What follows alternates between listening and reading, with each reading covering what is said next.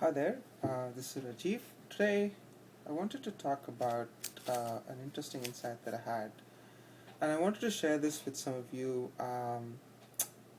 And hopefully, by end of it all, you have something to glean, and would also have some meaning to sort of discover in your own lives.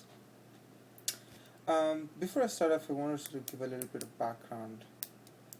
Two stages. I'll see the most recent stage is I've been trying to find my feet in the ground, sort of a self-discovery process, and I'm trying to break from the routine and try to get back on my feet.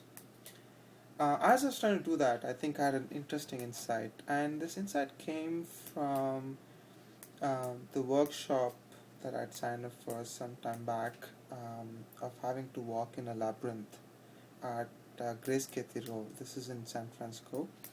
And for those who don't know about Grace Cathedral, it has a bit of history um, uh, associated with it, and anyone interested in in such things should be able to research more.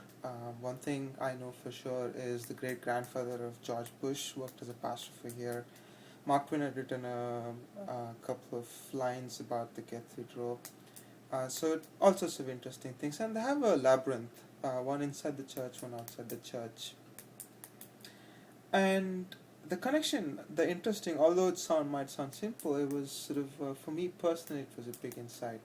Is to say, initially when I sort of walked in this labyrinth, I came off thinking that the labyrinth was not a great deal and some symbolic, not so relevant, extraneous, redundant, maybe not that useful. But um, as I said, while I was trying to sort of discover myself, had this insight that our lives was pretty much like a maze.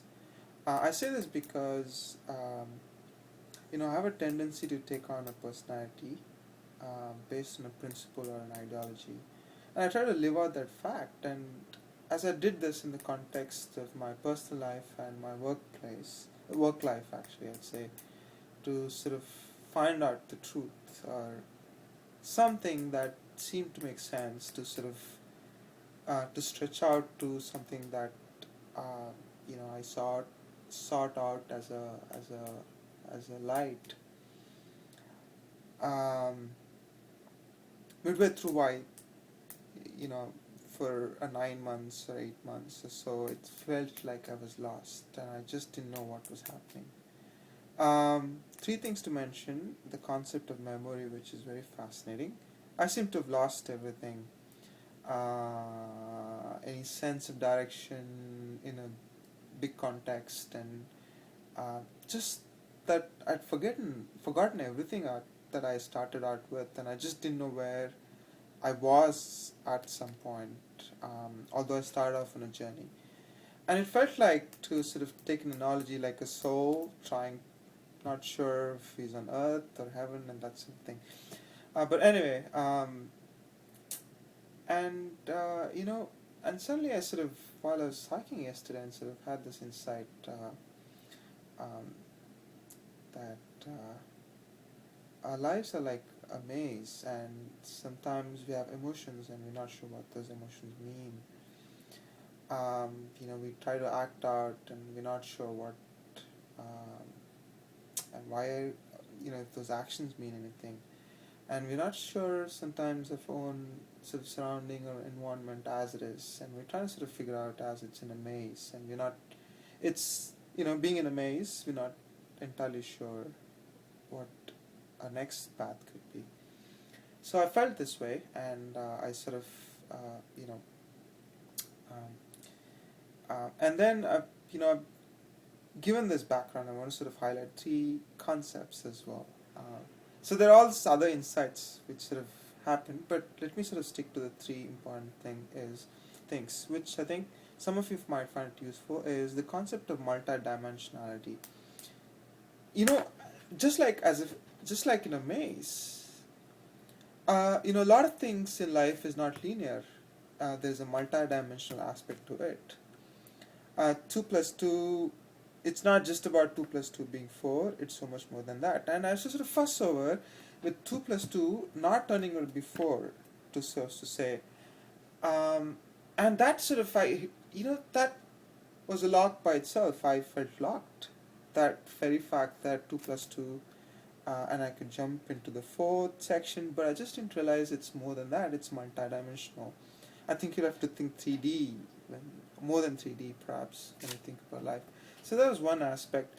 The second aspect was the loss of memory that I talked about, and I sort of had this since, to me at least personally, it was um, I was trying to read out something that a computer scientist had mentioned about how essentially the world is unpredictable. And so he goes on to say that you can't outrun your own thinking. That is to say that the very fact that we've been able to sort of come up with a prediction about life, uh, trying to make a prediction about if life is predictable, not predictable, and that it takes time to sort of arrive or do that.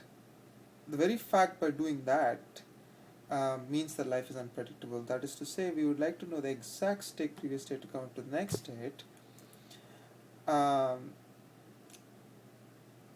very fact that you're trying to make a prediction means that you're trying to stand on your own shoulders, which makes, which sort of, gives a conclusion that things are unpredictable. So while one thinks about it, you can think about the concept of memory, that you have to retain something to make a decision about something in the future, right? And this memory, as a sort of, we could think of the world as a computational model, calculations happening all the time, and and we could, in the broad scheme of things, living entities are essentially the memory. One could think of living entities as being the memory of this big, this big context of the world. If you were to think or ask a question if the world has a memory, it would be through living entities and what we've created to sort of document and store things.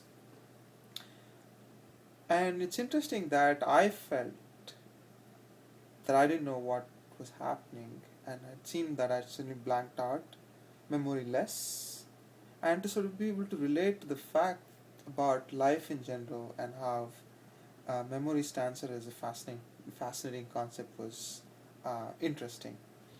So memory, multidimensional. The third aspect of it was the fact that the labyrinth was the religious place.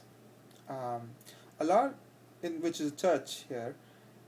A lot of people go to religious places to think about God or to seek blessings from God, and one could think of God as we often think of God as being a guiding light, or asking us to show direction, give us blessings.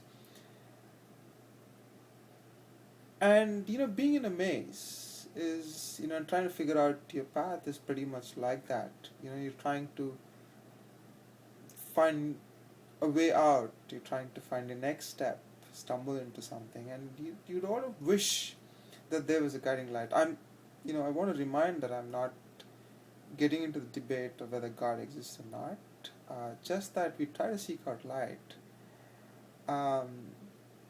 And this maze was a sort of interesting way to think about the guiding light, the guiding principles, maybe, to think about how, in what direction we might be heading to. I think,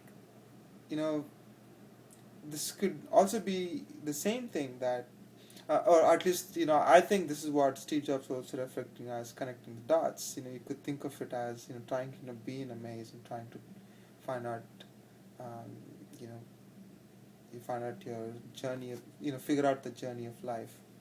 And we try to seek the guiding light, or we try to take help of something that guides us towards light. And I thought it was interesting. that the maze also happened to be in a spiritual place like a church, uh, a place where one can sort of try to seek light. So three things. Okay, so you know, these are the sort of things that that happened, and I wanted to um, share this with some of you, and hopefully there's something that other people can, some of you can glean something for your own lives, something to sort of go beyond what what I just stated here. So um, yeah, that's about my insight and the labyrinth and life, thinking about life as a maze, and trying to find out your path. Um, uh, and that's about it. I hope that I progress in my sort of quest to sort of find my feet in the ground, and feel free to give me your inputs. And uh, before I wrap up, I also wanted to show a video, but I think I'll just attach another video while I post this video. That's about it. Thanks. Take care. Bye.